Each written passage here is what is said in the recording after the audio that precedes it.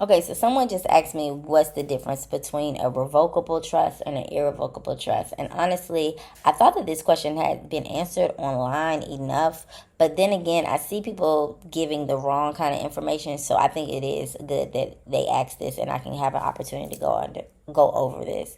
One, this is what I call a legal fiction, okay? And if you went to law school, then you know what a legal fiction is.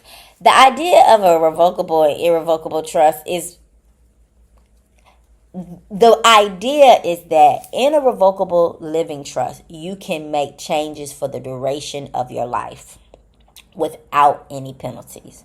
While in an irrevocable living trust, you are not supposed to be making any changes. Okay? Here's why I call it a legal fiction. Here's why. Because in real life, you cannot have an irrevocable living trust without first having a revocable living trust. And the reason I say that is because if you are going to go open a trust bank account, they're going to require a revocable living trust.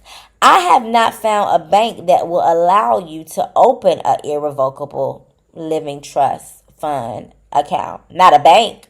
Not like a regular, not a bank. So again, as someone who actually practices law and writes trust funds and create trust funds and opens and helps people fund their trust, if you know a bank where you can open an irrevocable living trust and not like, you have to have a revocable living trust. So the idea of a irrevocable living trust, which I also comes from the idea of like, oh, people are telling you to open an irrevocable living trust because of anonymity. But in the real life, in this digital age of 2025, where everything is fucking online and you can find out anybody's information, the idea of an irrevocable living trust is a legal fiction. And I dare you to challenge me on that. Everybody needs a trust, but really you need to start, and the only trust you really need, if you're talking about creating trust, is revocable living trust.